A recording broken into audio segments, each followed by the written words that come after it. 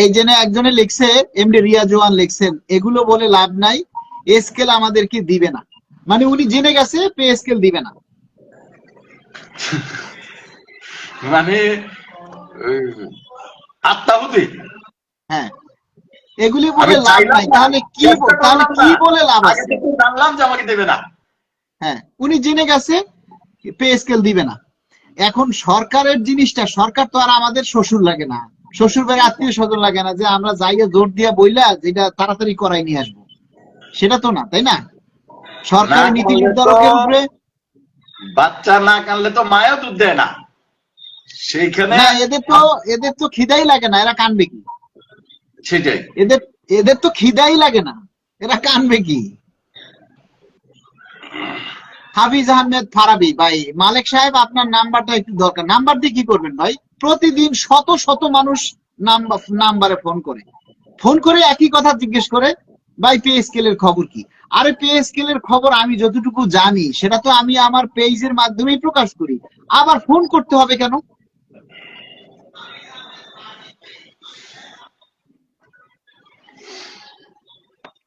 এই ফোনের যন্ত্রণায় আমি মোবাইলটা অল টাইম সাইলেন্ট করে রাখি, যার কারণে অনেক গুরুত্বপূর্ণ ফোনও আমি ধরতে পারি না। কারণ ফোনটা আমি যদি সাইলেন্টটা না করি তাহলে মিনিটে মিনিটে ফোন বাজতে থাকি, যার কারণে ফোন বাধ্য হয়ে আমাকে সাইলেন্ট করে রাখতে হয়। আপনি চিন্তা করবেন না, দিনের মধ্যে কমপক্ষে 500 ফোন আসে। তা তো আসবেই। আপনার যেখানে ফলোয়ার আছে 1.5 লক্ষ, সেইখানে তো 500 ফোন তো কম। এখন আমি যেটা মনে করি মালিক ভাই, আমি আমার ক্ষুদ্র জ্ঞানে যেটুকু বুঝি, এখন আমার আপনার লসের পাল্লা যতটুকু, কারণ এখন বর্তমানে আপনি যে 11তম গ্রেডে আছেন, নাকি কততম গ্রেডে আছেন এখন? আমি এখন নবম গ্রেডে আছেন। আপনার 8ম গ্রেডে যাওয়ার কথা ছিল কত সালে? 8ম গ্রেডে যাওয়ার কথা ছিল 13, 14, 15, 16, 17 সালে। 17 সালে। তাইলে এই যে 9ম গ্রেডের বেসিক স্কেল হচ্ছে 22,000 টাকা, আর 8ম গ্রেডের স্কেল হয়েছে 23,000 টাকা। এই যে 1,000 টাকা কম, 1,000 টাকা ডিফারেন্স। 1,000 টাকা ডিফারেন্স। আপনি 17 সাল থেকে ওই সেম আমার হিসাবটাই, যেহেতু আপনিও 5 সালের আমিও 5 সালের, তো আপনি 17 সাল থেকে 20 সাল পর্যন্ত 1,000 টাকা করে কম পাই আসছেন প্রতি মাসে, তাই না? জি। এরপরে আপনার 20 সালে যাওয়ার কথা ছিল 7ম গ্রেডে। জি। তাহলে 7ম গ্রেডের স্কেল হচ্ছে কি আপনার 29,000 টাকা। জি। তাহলে এখন পাচ্ছেন আপনি 22,000 টাকা স্কেলের। তো 29,000 আর 22,000 টাকার পার্থক্য কত? 7,000 টাকা। হ্যাঁ। তাহলে 20 সাল থেকে আপনি যে এই যে 25 সাল পর্যন্ত, 20 সাল থেকে 25 সাল পর্যন্ত 144 মাস, 144 মাস আপনি 7,000 টাকা করে কম পাইছেন। 144 ইন্টু 7,000, আপনি 22,000 থেকে সরাসরি ওই 7 নম্বর গ্রেডে চলে যান না? আমার তো 7 নম্বর গ্রেডে থাকার কথা। না, থাকার কথা, কিন্তু ওই যে আপনি 17 সাল থেকে 20 সাল পর্যন্ত কম পাইছেন 1,000, আর 20 সাল থেকে 25 সাল পর্যন্ত কম পাইছেন আপনি 7,000 করে। তাতেই আপনি 17 সাল থেকে বাদ দেন, যদি আপনি 20 সাল থেকে 25 সালেরটা হিসাব করেন, আপনি 10,80,000 টাকা কম পাইছেন। এই একমাত্র টাইম স্কেল সিলেকশন গ্রেড প্রথা বন্ধ থাকার কারণে। এই জিনিসটা কি যারা আপনার মতো আমার মতো ব্লক পদে আছে তারা কখনো ভাইবা দেখছে? এখন যে আপনার এই 9ম গ্রেড থেকে 7ম গ্রেডের পার্থক্য 7,000 টাকা, এটা তো 15 সালের পে স্কেলে। এই যে গেজেট আমার হাতে, আমি গেজেট নিয়ে বইসা কথা বলতেছি, 15 সালের গেজেট। তো এই পার্থক্যটা এখন যেটা এই আপনার 7,000 টাকা পার্থক্য আছে, এই পার্থক্যটা বর্তমান নবম পে কমিশন যখন পে স্কেল ডিক্লেয়ার দিবে, আমার আনুমানিক হিসাবে বলে এটা 20,000 টাকা পার হবে ব্যবধান। জি, পার্থক্য এখন যেটা 7,000 টাকা আছে না, এটা 20,000 টাকার উপরে হবে। কারণ আমার যেটা আপনার 11 থেকে 13 গ্রেডের পার্থক্য হচ্ছে 1500 টাকা, সেইটাই দাঁড়াবে 5,000 টাকা। কিরকম? ধরেন যে আমরা তো সকল সংগঠন একটা জিনিসই দাবি করছি, সর্বনিম্নটা 35,000 টাকা, তাই না? জি। সেই ক্ষেত্রে যদি সর্বনিম্নটা 35 নাও দেয়, 11তমটা তো 35 অনায়াসই পাওয়া যায়, আশা করা যায়। তাহলে 13তমটা হবে 30,000। ঠিক সেম ভাবেই আপনার এই যে নবমটা এখন আছে 23,000, এইটা থেকে সপ্তমটা এটা তো 60,000 টাকা হবে। তো সেই ক্ষেত্রে আপনার এই যে পে স্কেলটা দিলে আপনার ক্ষতির পরিমাণটা যে বাড়বে, এই জিনিসটা তো আমরা কেউ চিন্তা করতেছি না। যারা আমরা ব্লক পদে চাকরি করতেছি, আমরা যে শুধু লাফাইতেছি যে পে স্কেল দাও, পে স্কেল দাও, পে স্কেল দাও। পে স্কেল দিলে আমি যে ব্লক পদে চাকরি করি আমার তো লস হবে যদি টাইম স্কেল সিলেকশন গ্রেড ফেরত না পাই, অথবা তার পরিবর্তে উচ্চতর গ্রেড আমাদেরকে পূর্বের মতো 4টা না করে দেয়।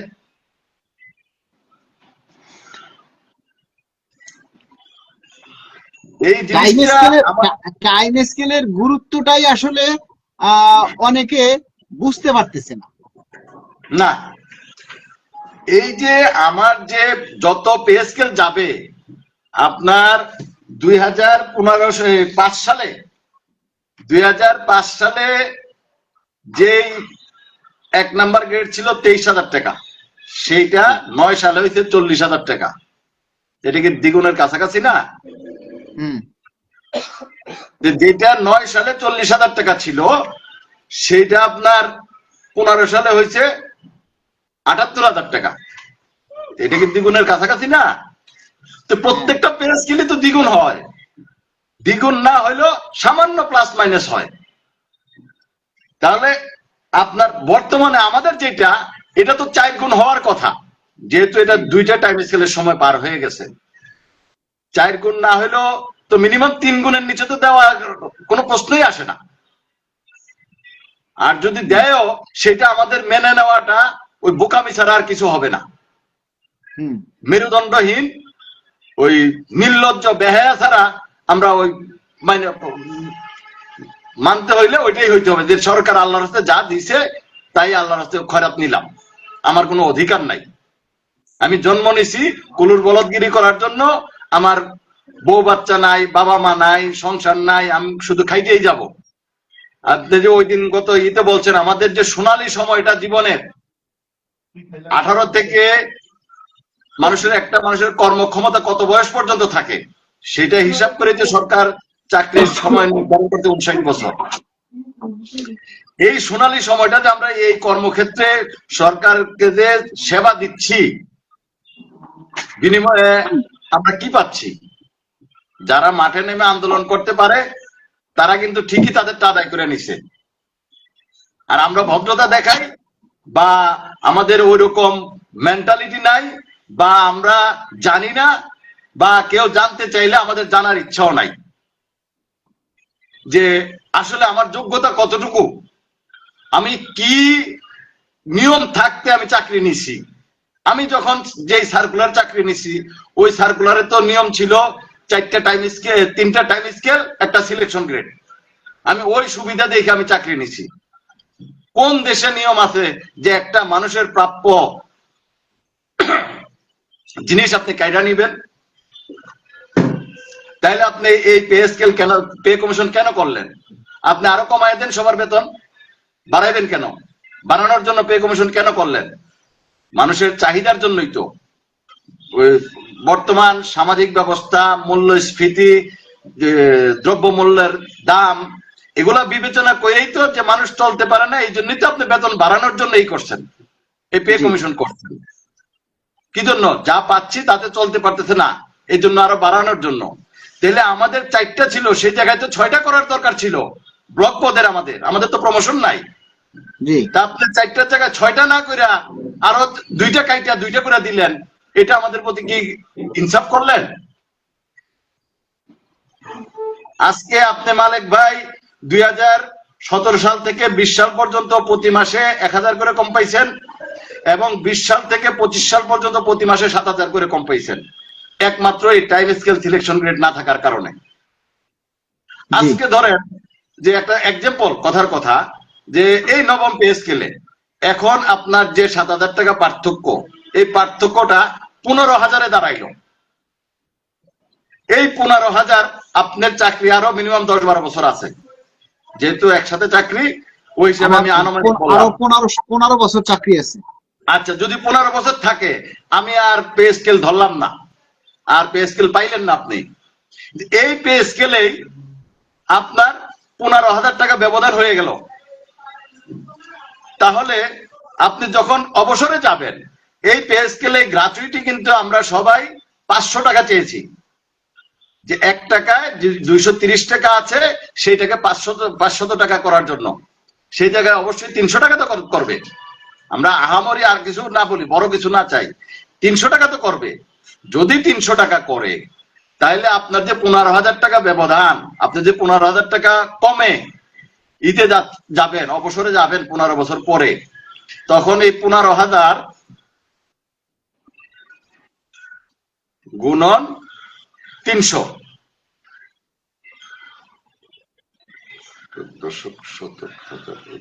45 লক্ষ টাকা কম পাবেন আপনি, যদি আর কোনো পে স্কেল না দেয়। আর যদি এই 15 বছরে আরো একটা পে স্কেল পান, তাহলে এটা ডাবল হবে। এটা ধরলাম শুধু আপনার বেতন, এর ভিতরে এর সাথে যুক্ত আছে আপনার বৈশাখী ভাতা, এর সাথে যুক্ত আছে আপনার বাড়ি ভাড়া ভাতা, এর সাথে যুক্ত আছে আপনার ঈদ বোনাস, এগুলো সব বাদে এককালীন কম পাবেন আপনি 45 লক্ষ টাকা, যদি আর কোনো পে স্কেল না পান। এই জিনিসগুলা কি, এই যারা আমরা চাকরি করতেছি কেন বুঝতে চায় না, আমি বুঝি না। আমি মালিক ভাই, আমি আশাহত, অনেক আশা নিয়ে আমি ওই পেজটা খুলছিলাম, কিন্তু এই জাতির ভিতরে এত হিংসা, ওরা মনে করে যে আমি একটা ভিডিও বানাইছি একমাত্র শেয়ার করার জন্য রিকোয়েস্ট করি, ওই ভিডিওটার ভিউ আরো কম হয়েছে। মনে হচ্ছে যেন শেয়ার করে আর আমি টাকা লাখ লাখ টাকা পাইয়া দিতেছি, শেয়ার করে আর আমি লাখ লাখ টাকা পাইয়া দিতেছি, আমার তো টাকা পাইতে দেওয়া যাবে না। হ্যাঁ রে, কপাল পুরার দল। আমি একটা হিসাব করেছি যে যদি আর কোনো পে স্কেল না পাই, তারপরও আমি রিটায়ার্ড পর্যন্ত আমি প্রায় 1 কোটি টাকার কাছাকাছি কম পাবো। হ্যাঁ, আমি যেটা বললাম এটা তো শুধু আপনার প্রতি মাসেরটা তো বলি নাই, প্রতি মাসেরটা তো ধরি নাই, শুধু এককালীন গ্র্যাচুইটিতে কম পাবেন 45 লক্ষ টাকা।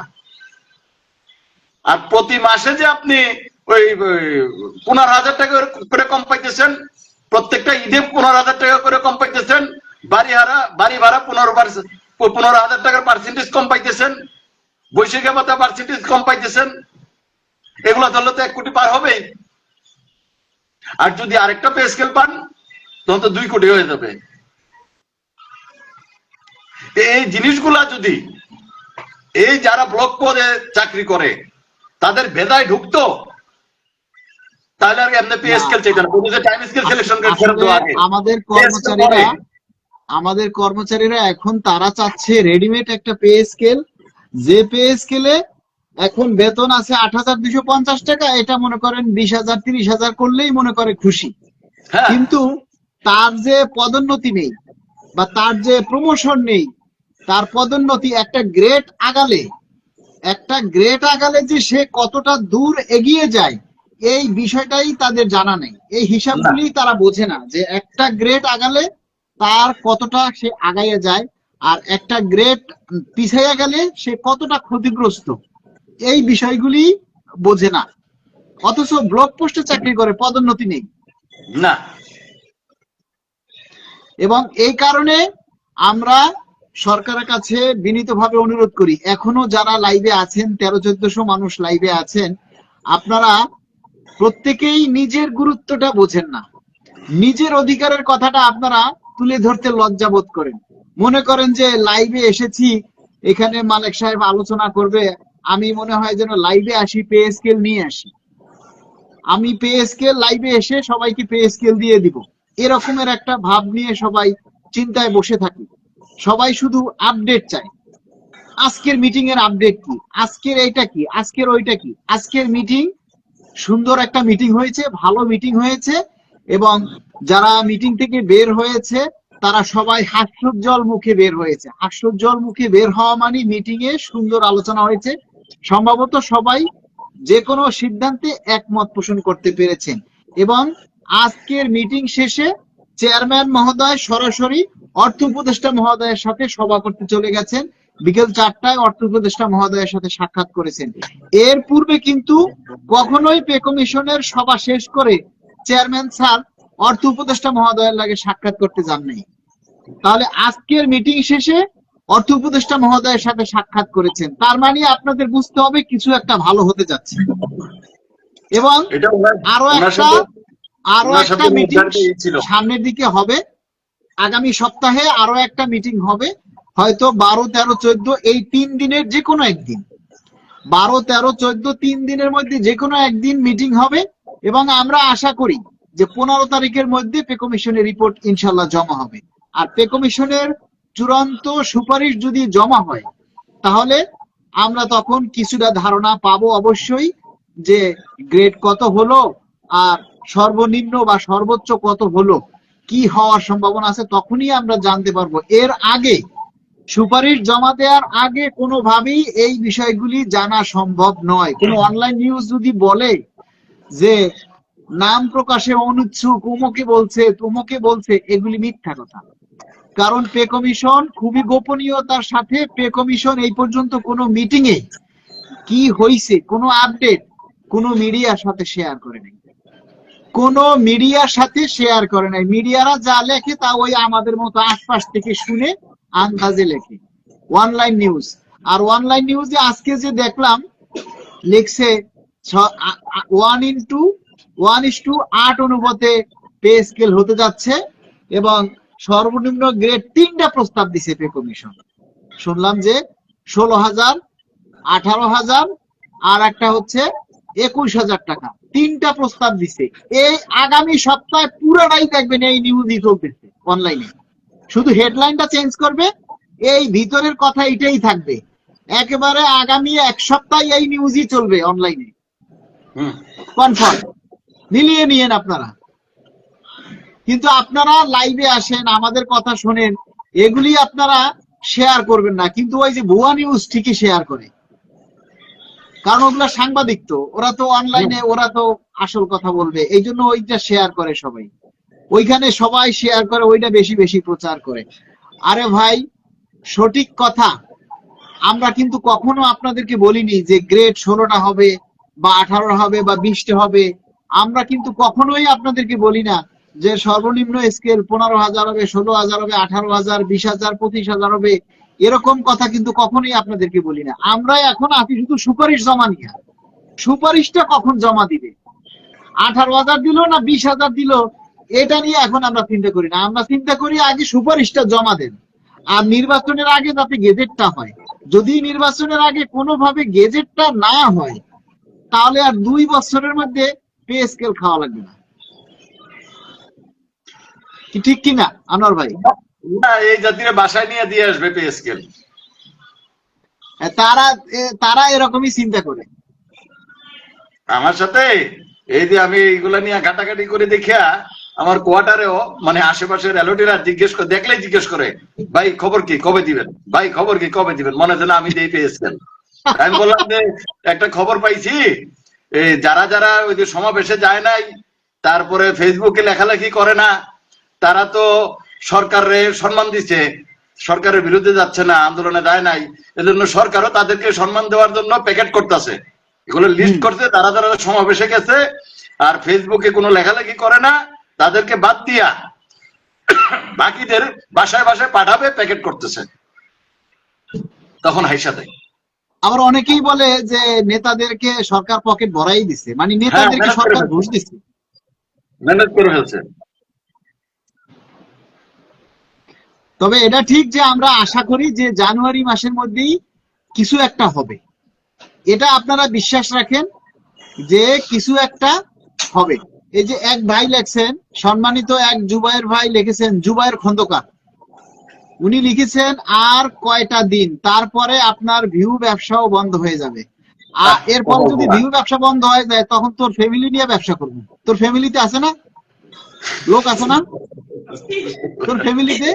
ব্যবসা করার মতো অনেক আছে তোমার ফ্যামিলিতে, তাদেরকে নিয়ে ব্যবসা করবো, তাদেরকে আমাদের হাতে তুলে দিও। আমার মুখটা কিন্তু খুব খারাপ, বরিশালের মানুষ তো। তো আজ কথা আমার এখানে আমার পেজে এসে ভালো না লাগলে গেট আউট, রাস্তা খোলা আছে। আমি কাউকে ডেকে আনি নাই যে আমার পেজে তোমরা আসো, কিন্তু এসে তোমরা, আমি আশা, আমার মনে হয় যে এই লোকগুলো সরকারি লোক না, গার্মেন্টসে চাকরি করে।